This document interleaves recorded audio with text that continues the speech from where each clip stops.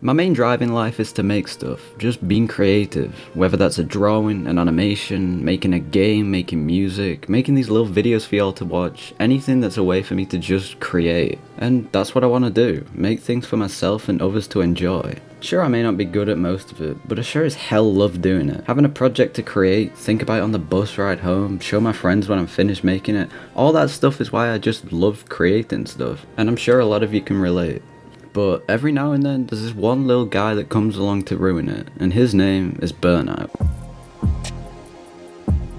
Nah, this guy sucks, but what is he? Well, Google defines burnout as a syndrome conceptualized as resulting from blah blah blah blah, big words, they hurt my brain. Burnout is basically a feeling you get from overworking and losing that passion for the thing it is that you do. Now, more specifically, I'm talking creative burnout, when you're unable to find any inspiration for or enjoyment of the things that you normally turn to for creative fulfillment. You probably know what I mean. Have you ever started a new project, let's say writing a book? At the start, you're freaking pumped, all these ideas start racing through your head, you can't stop thinking about it, you just want to get home and write this freaking story.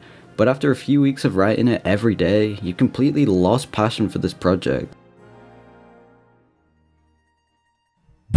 You want to continue writing this epic story you've been obsessing over for the past few weeks, but you can't. You have no ideas left, no motivation to keep writing, despite the fact that you want to.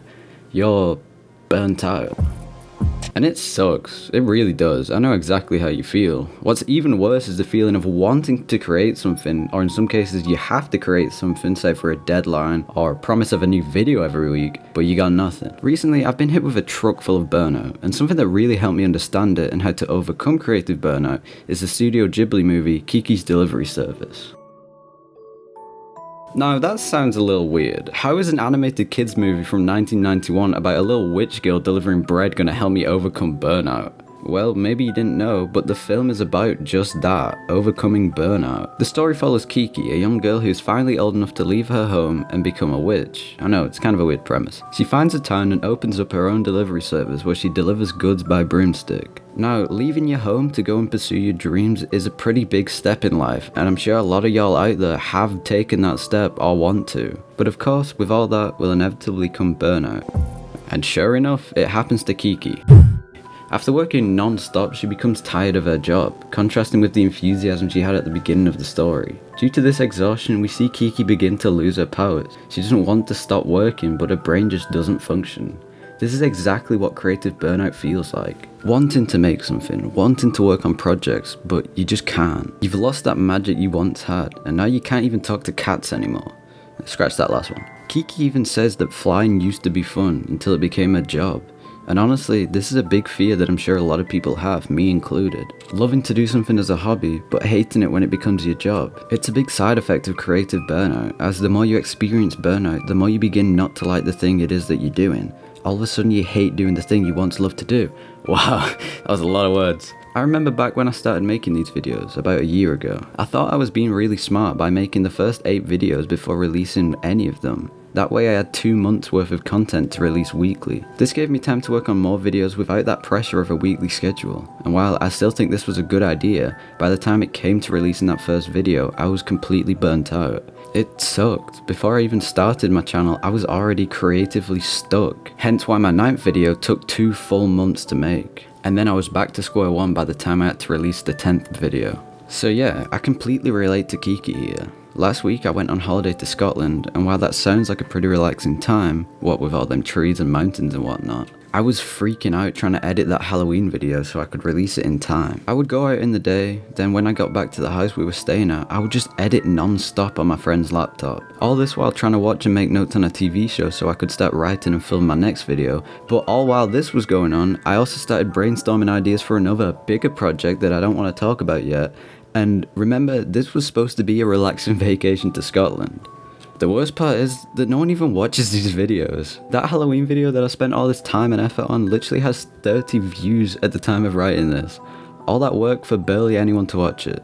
But I keep doing it. I keep making these videos because I love making stuff, and I find comfort in knowing that I'm creating stuff and at least a handful of people are seeing it. But all that motivation can be taken away just like that when burnout comes along to ruin the day. After that Halloween video came out, I felt really burnt out. And that's why that over the garden wall video I promised to make at the end of that video is probably never gonna come out. Or at least, not anytime soon. So yeah, sorry about that, if anyone in that group of 30 people were looking forward to it. But in all that, Kiki's delivery service taught me a pretty good lesson in how to combat burnout. You see, after losing her witch powers due to the burnout from her job, Kiki doesn't know what to do. She's completely defeated and things ain't looking good.